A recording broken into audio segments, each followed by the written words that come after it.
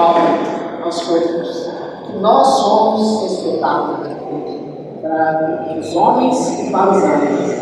Porque é muito interessante que aquela palavra espetáculo, ela é exatamente isso aqui que nós estamos vendo. Porque a palavra original era teatro. E teatro, ali dentro da cultura romana, era exatamente metade de um coliseu. Era 180 graus de um público, de uma plateia, onde o espetáculo ele acontecia no meio, ali na arena. E o que Paulo vê, olhando para aquele cenário do teatro, do espetáculo, ele vira e faz uma comparação. Nós também, na nossa vida, nós somos esse espetáculo. E nós estamos no centro o tempo inteiro. Mas só que a plateia, ela não é formada somente de homens, mas a plateia é formada também de anjos. E nós somos esse espetáculo. E a nossa vida, nós somos observados 24 horas por dia. Nós estamos no centro, sendo observados por homens e por anjos. E aí, com esse pensamento, eu queria abrir em Romanos, capítulo 8.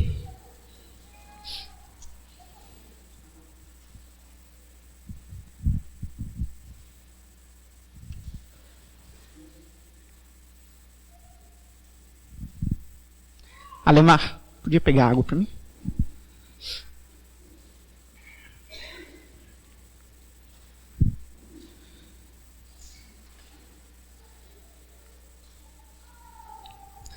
Romanos 8, a partir do versículo 35.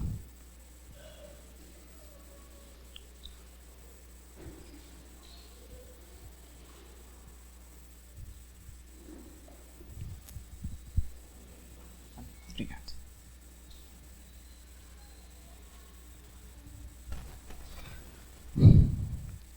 Quem nos separará do amor de Cristo? Será a tribulação, ou angústia, ou perseguição, ou fome, ou nudez, ou perigo, ou espada? Como está escrito, por amor de ti somos entregues à morte o dia todo. Fomos considerados como ovelhas para o matadouro. Em todas estas coisas, porém, somos mais que vencedores, por meio daquele que nos amou, porque eu estou bem certo de que nem a morte, nem a vida, nem os anjos, nem os principados, nem as coisas do presente, nem do porvir, nem os poderes, nem a altura, nem a profundidade, nem qualquer outra criatura poderá nos separar do amor de Deus, que está em Cristo Jesus, nosso Senhor. Também em João, capítulo 6,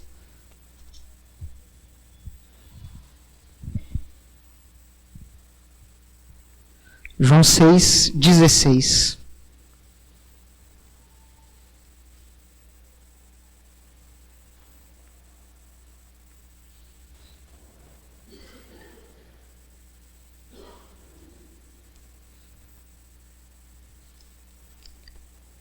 Ao descambar o dia, os discípulos desceram para o mar e, tomando um barco, passaram para o outro lado, rumo a Cafarnaum.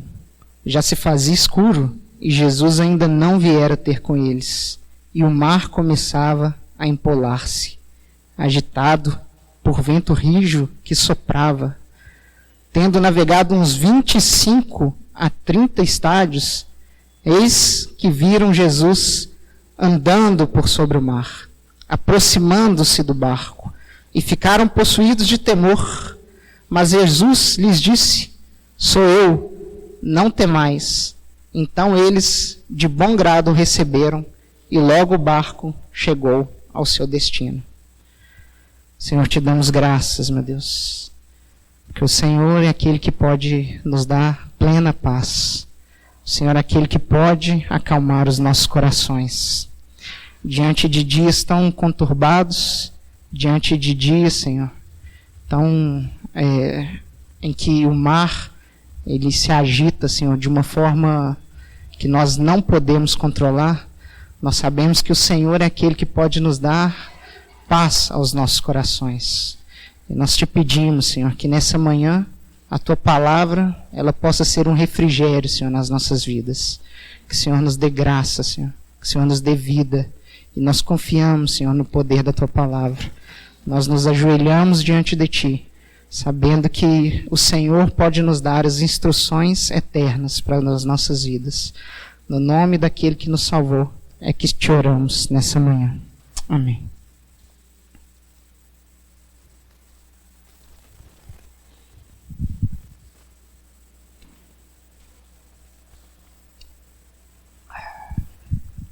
Antes de começar, aqui nesses versículos que nós lemos em Romanos, eu queria me lembrar rapidamente do que eu disse há um mês atrás, quando eu estive compartilhando.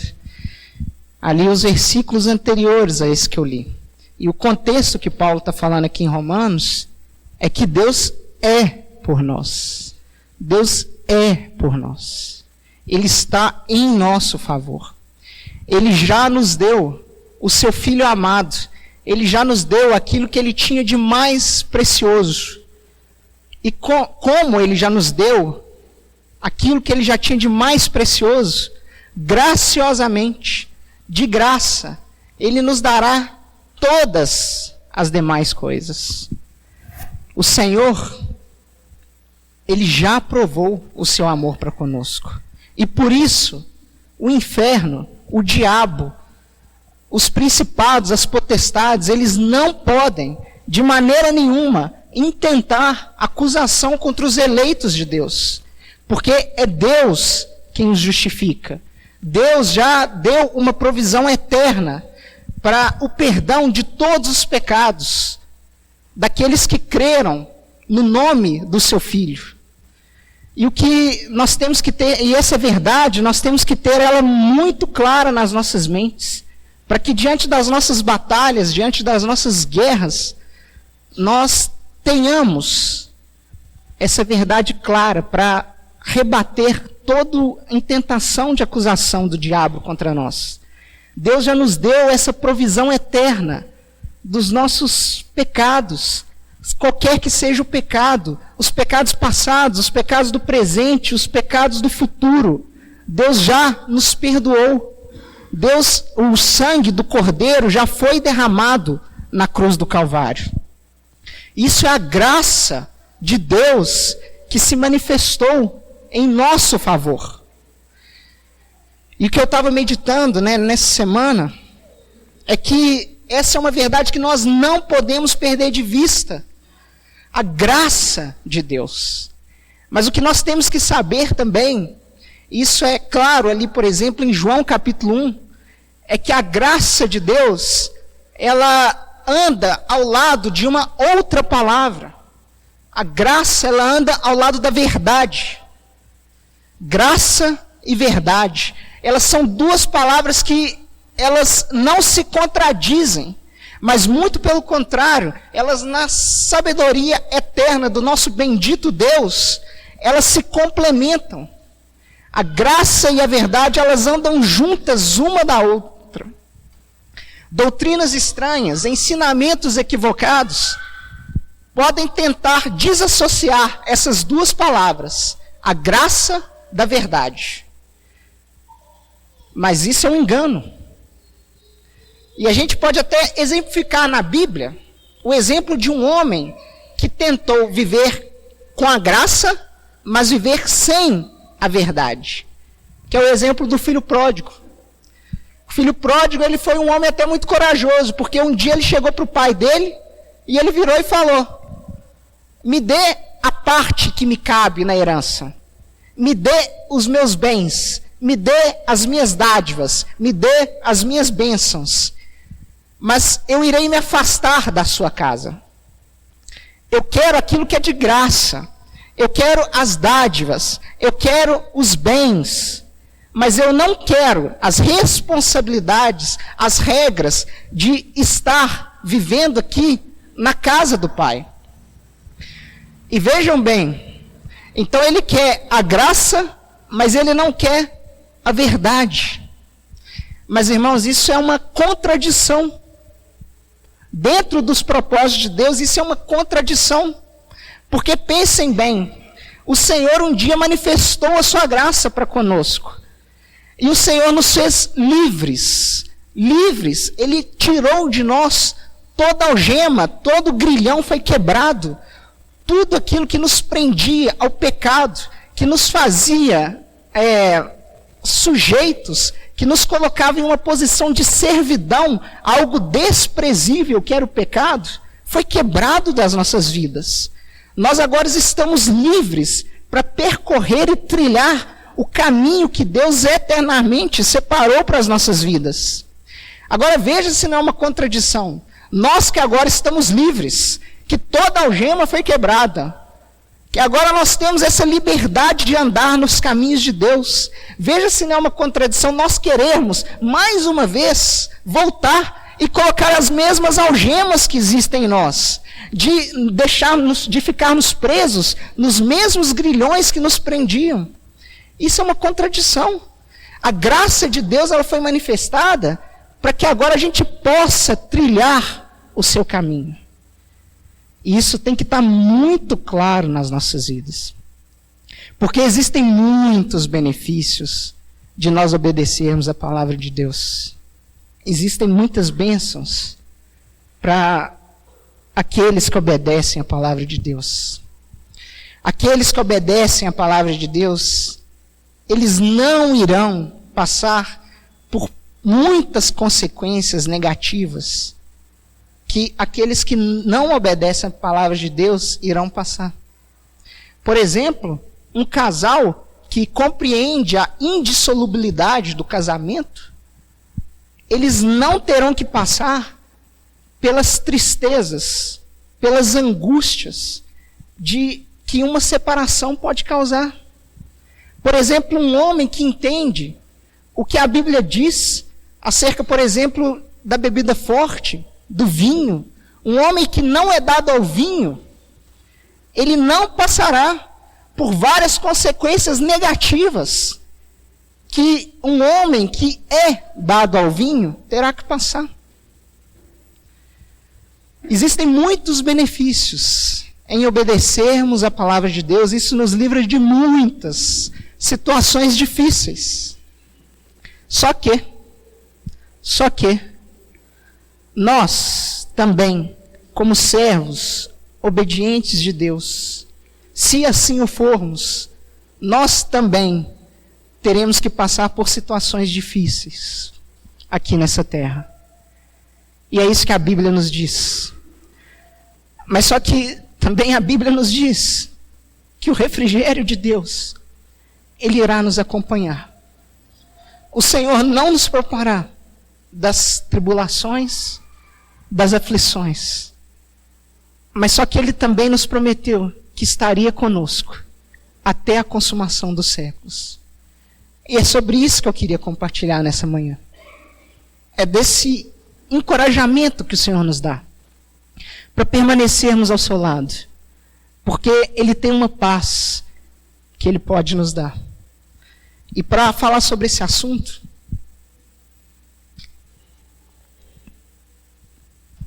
eu não pensei em um texto melhor do que esse de João capítulo 6.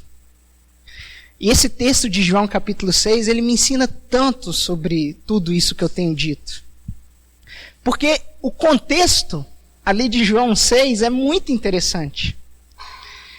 E o contexto, o ambiente que acontece a história aí de João 6 que a gente acabou de ler, que é essa história que a gente conhece como a história em que Jesus andou por sobre as águas, ela é incrível.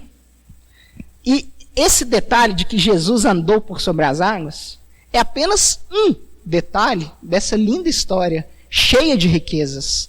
Inclusive, nós lemos essa história aqui em João capítulo 6. Mas só que, ao meditarmos nessa história, nós temos que ler não somente João 6, mas nós precisamos de ler também essa história escrita em Marcos e também essa história escrita em Mateus. E quando nós lemos as 3 versões, o quadro se forma de uma forma linda. Nós pegamos todos os detalhes dessa história. Eu não tenho tempo aqui de ler as 3 versões, Mas só que eu encorajo os irmãos a meditarem em cada versão dessa história. E nós vamos ver que o Senhor, ele se manifesta de uma forma preciosa em meio às nossas dificuldades. E o ambiente que acontece essa história é o mar. O mar. E o mar, ele é um ambiente hostil. Todos nós devemos ter muito medo de entrar em um cruzeiro e atravessar o oceano. De atravessar, por exemplo, de pegarmos um cruzeiro ali no Porto de Santos e irmos até a Europa. Isso deve ser algo que dá muito medo. Eu fico imaginando, eu nunca andei de um cruzeiro, mas eu fico imaginando quando a gente deve estar ali passando ali para dentro do barco, deve dar um medo, mas deve dar um medo. Isso também porque nós, hoje, habitantes aqui do século 21, nós temos uma infinidade de filmes e de livros que nos falam acerca do mar. Histórias reais e histórias de ficção, que colocam o mar como esse ambiente que nos enche de temor e de medo. A gente tem um tanto de história. Se a gente for ver a história ali, por exemplo, uma ficção, As Aventuras de Pi. A gente vê a história de um menininho que não tem a mínima condição, né? Um menininho sozinho que fica num barco com um tigre. Mas são as histórias. Mas ali naquela história a gente vê a aflição, por exemplo, de um menino que sozinho ali com o tigre no mar, ele só vê águas ao seu redor. E ele tem que lutar, ele não tinha o que comer, porque ali no mar ele não conseguia ali extrair o alimento para ele. Não é toda hora que pula e o peixe vem e cai no barco. Ele não tem uma vara para pescar. Ele não tem água potável. Apesar de estar todo à sua volta ser tudo águas, ele não tem uma gota de água para beber. E ele não tem ninguém para salvar ele. E esse é o ambiente do mar. A gente fica vendo, por exemplo, a história ali do Titanic. Um barco, um navio ali que se rompe. Milhares e milhares de pessoas. Isso aconteceu de verdade. Elas morrem ali. Ficam ali horas passando naquela situação de extrema dificuldade. E eu fico imaginando, né? O mar nessa situação. Porque o mar é aquele ambiente que quando começam as ventanias, quando começam os ventos fortes, as tempestades, é uma situação de completo desespero. E assim é na nossa vida. Porque o que é interessante é que a nossa vida é exatamente assim. Porque o que também deve ser dito acerca do mar é que o mar é algo maravilhoso. Todos nós, ou muitos de nós, todo verão, desejamos correr, sair em rumo, em direção à praia, para olhar essa linda criação de Deus, o mar, esse cenário maravilhoso. E a nossa vida é assim, essa mistura de sentimentos belos que nós temos dentro de nós, com essa mistura desses sentimentos totalmente, essa mistura desses sentimentos que nós não conseguimos controlar, essas tempestades, essas aflições, essas angústias, assim é na nossa vida. E na nossa vida, quando parece que está tudo bem, do nada vem a tempestade, e nós não conseguimos mais ter controle. E é esse o ambiente que está falando aqui, em João capítulo 6. Vejam bem os discípulos, eles tiveram que passar por uma tempestade. E o que é interessante é que aqui não eram pessoas amadoras ali no mar. Eram pescadores experientes. Entre os discípulos existiam pescadores experientes, mas que estavam desesperados. Isso me fala muito, porque nós talvez podemos pensar que os discípulos estão passando por essa dificuldade porque eles estão em rebeldia com o mestre. Mas não. Muito pelo contrário. Muito pelo contrário.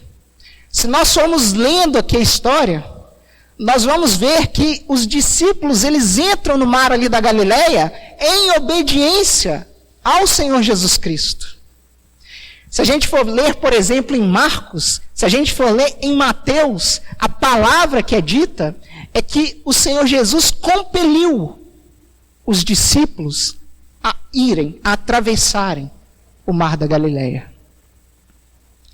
Eles entraram no mar em obediência ao Senhor Jesus Cristo.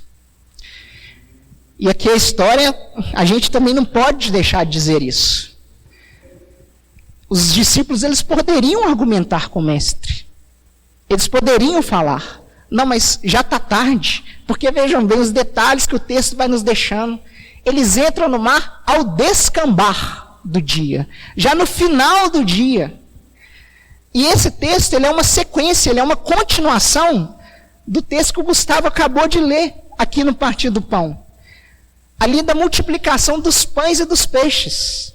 Os discípulos, eles tinham passado o dia inteiro alimentando uma multidão. Eles tinham passado o dia inteiro distribuindo pães e peixes para, provavelmente, e aí os estudiosos falam isso, 20 mil homens. Porque que o texto fala, né? 5 mil homens. Mas só que a palavra que é colocada aqui como homens, é homens mesmo. Homens, sexo masculino. E adultos. Então o texto que não considera, por exemplo, as crianças. E o texto não considera as mulheres. Então provavelmente os discípulos alimentaram 20 mil homens ali, passaram o dia inteiro ali, servindo ao próximo. Eles deviam estar cansados, eles poderiam falar com o Senhor Jesus, Senhor, nós estamos cansados. Não é melhor a gente esperar o dia seguinte? Não é melhor a gente dormir aqui? No outro dia a gente atravessa o mar da Galileia.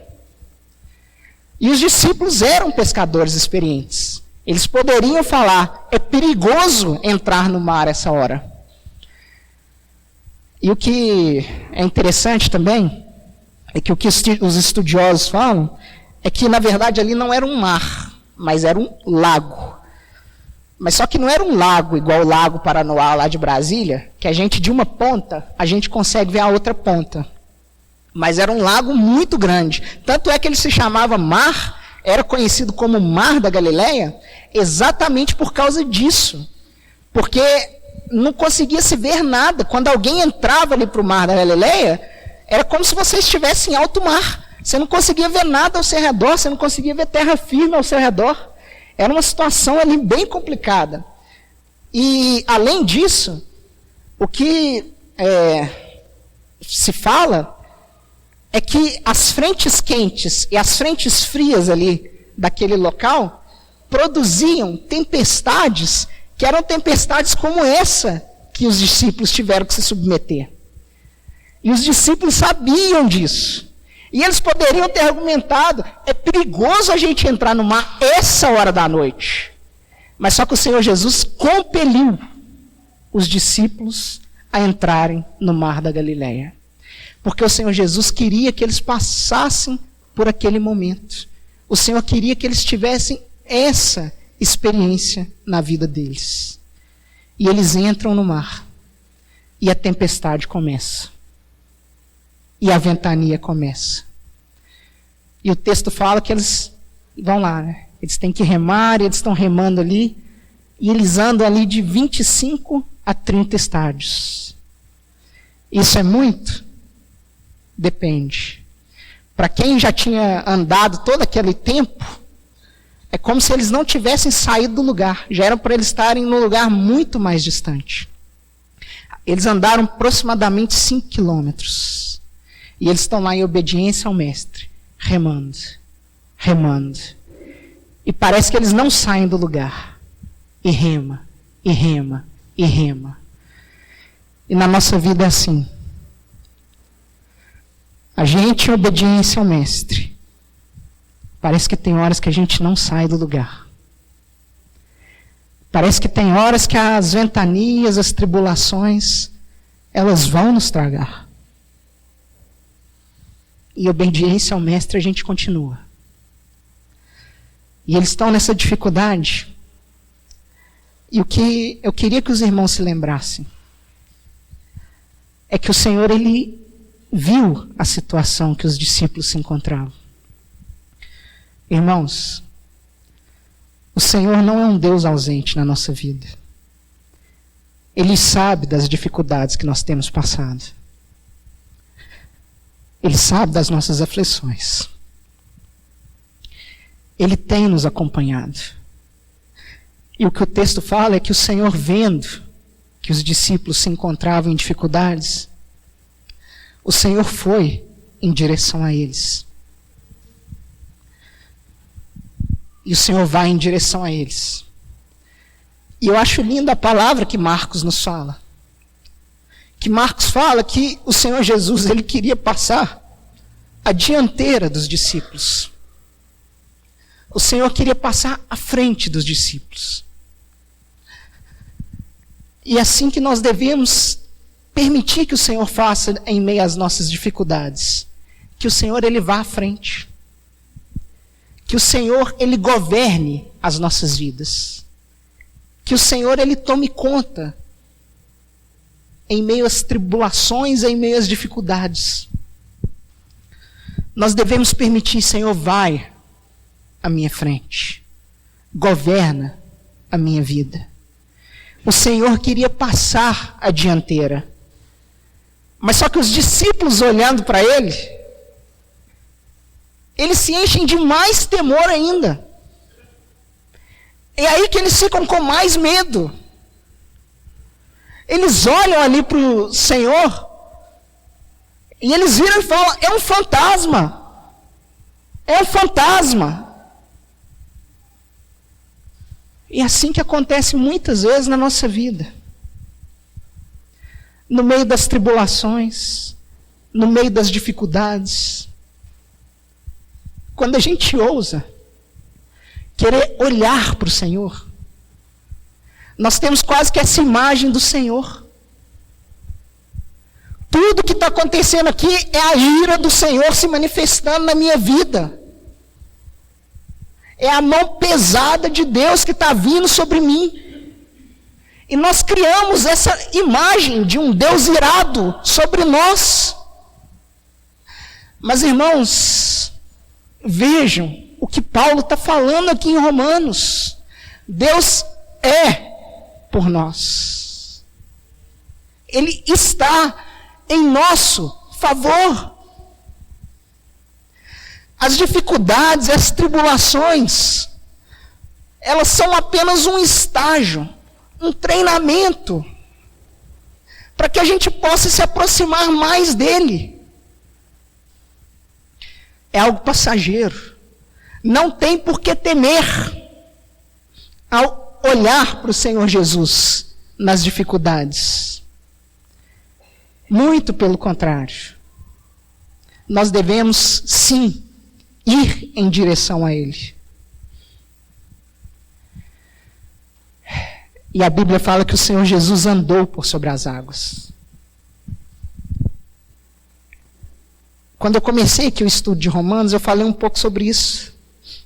Eu falei que Deus, na sua eterna sabedoria, Ele estabeleceu leis, que são leis fixas, como nos diz em Jeremias.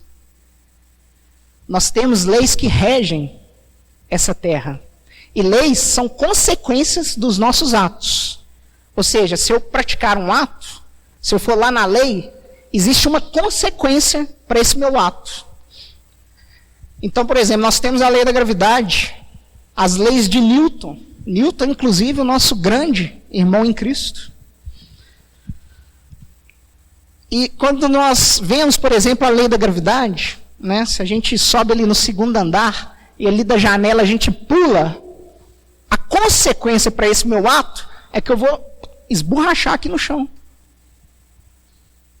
Porque existe uma lei que rege aqui, essa terra, que é a lei da gravidade. Existem as leis naturais que foi o próprio Deus que estabeleceu. Isso nos dá uma segurança muito grande, uma previsibilidade. Porque imagina se não fosse assim. Imagina se um dia eu subo no segundo andar, eu pulo e eu flutuo. Aí no outro dia eu vou lá, eu pulo e esborracho. Se não tivesse uma segurança. Mas Deus estabeleceu leis que são leis fixas. Só que foi o próprio Deus que estabeleceu as leis. Existem situações que a lei diz que irá acontecer alguma coisa. Só que não acontece aquela coisa. E quando se quebra a lógica, nós chamamos isso de milagre. Nós chamamos isso de uma coisa extraordinária. Nós chamamos isso de uma coisa sobrenatural, que está acima do natural. E o Senhor Jesus, Ele que estabeleceu todas as leis. E Ele está acima das suas leis. O normal para um homem, o ordinário para um homem que anda, que tenta andar por sobre as águas, é que se afunde. Mas só que o Senhor Jesus, Ele experimentou o extraordinário. E Ele anda por sobre as águas. E o que eu acho bonito nesse texto, o que eu acho que mais me chama a atenção, não é o fato do Senhor Jesus ter andado por sobre as águas, mas é o fato de Pedro ter andado por sobre as águas. Irmãos, no meio das nossas tribulações e dificuldades, o Senhor Jesus, Ele nos convida a experimentar o extraordinário, a experimentarmos o sobrenatural. O Senhor, Ele nos chama para andar por sobre as águas. O Senhor, Ele nos chama a ter uma paz que excede todo o entendimento. É incompreensível essa tribulação. Mas o Senhor, Ele pode nos dar uma paz que extrapola tudo aquilo que entendemos. É impossível que alguém esteja em paz no meio dessa dificuldade. Mas o Senhor pode sim nos dar paz. E Pedro anda por sobre as águas. Mas o que acontece é que Pedro, andando por sobre as águas, ele começa a olhar para a ventania. Ele começa a olhar para a tempestade. E quando ele faz isso, ele começa a afundar. Irmãos, o nosso desafio é mantermos os nossos olhos fixos no autor e consumador da nossa fé. Nós temos um alvo que nós devemos manter fixos os nossos olhos, qualquer que seja a situação que estejamos passando. O Senhor Jesus, Ele deve ser aquele que nós devemos olhar para Ele, porque Ele é a nossa esperança. E quando mantemos os nossos olhos fixos nele, nós podemos experimentar o extraordinário de Deus. Irmãos, são situações passageiras. Porque a Bíblia nos diz que quando o Senhor Jesus, Ele entra no barco, o que é que acontece? O vento cessa. Acabou. Acabou. Os discípulos aprenderam a experiência que eles tinham que aprender. Então o vento cessa.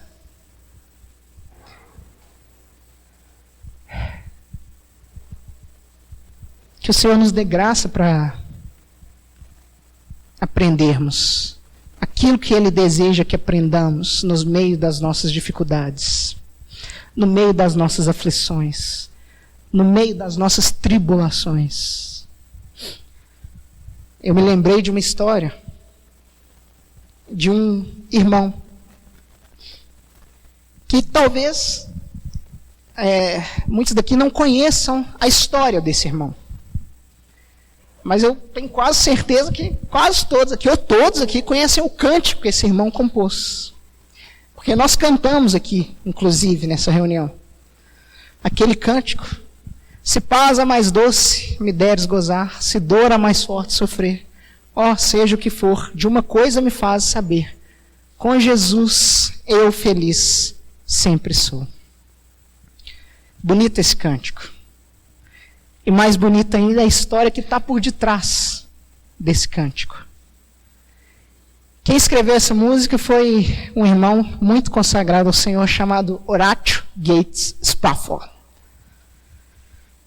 E Spafford, ele vivia em Chicago há muitos anos atrás. E ele, ao que dá a entender, era um irmão que tinha muitas condições financeiras. Ele era um homem bem rico. Inclusive, durante um período da sua vida, ele investiu muito em imóveis em uma determinada região da cidade de Chicago. Só que veio um grande incêndio exatamente na região que ele tinha investido em imóveis. E ele perdeu quase tudo que ele tinha. E ainda para piorar um pouco a situação, ele ainda perde um filho. Pouco depois de ter perdido tudo. E ele, nessa extrema situação de aflição que ele estava vivendo, ele toma uma decisão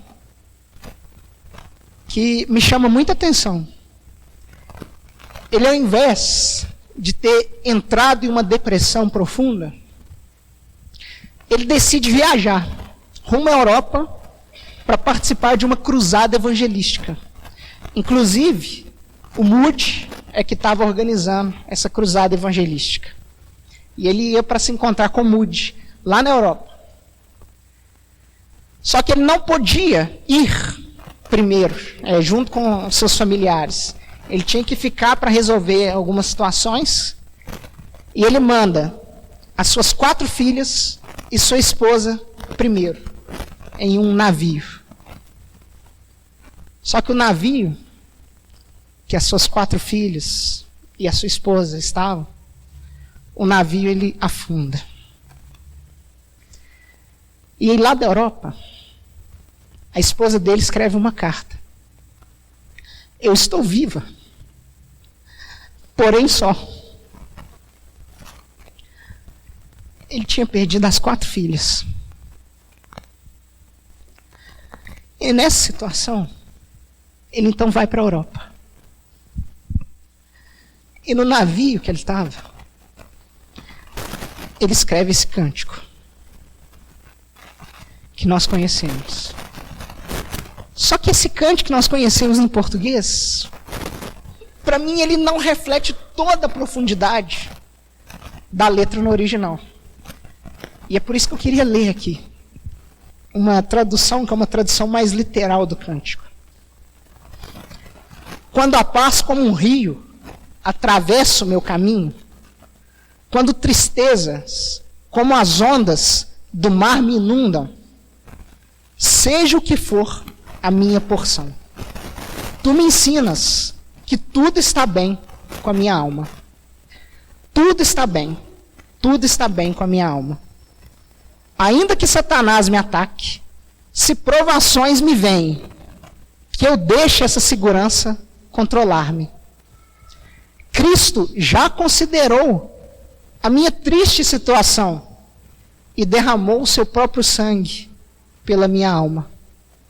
Para mim, portanto, viver é Cristo daqui para frente. Se o Jordão acima de mim rolar, nenhuma dor intensa provarei, pois na morte e na vida tu hás de sussurrar paz para minha alma. Senhor, é por tua vinda que nós esperamos. O céu e não o túmulo é o nosso alvo. Ó trombeta do anjo, ó voz do Senhor, esperança e descanso abençoados da minha alma. Que experiência, irmãos. Que experiência. E é isso que Paulo está falando aqui em Romanos. O que pode nos separar do amor de Deus? Nós que somos entregues o dia todo à morte? Se são as tribulações e as dificuldades que mais nos aproximam de Deus, que mais nos envolvem nesse amor que tudo suporta, Tudo espera.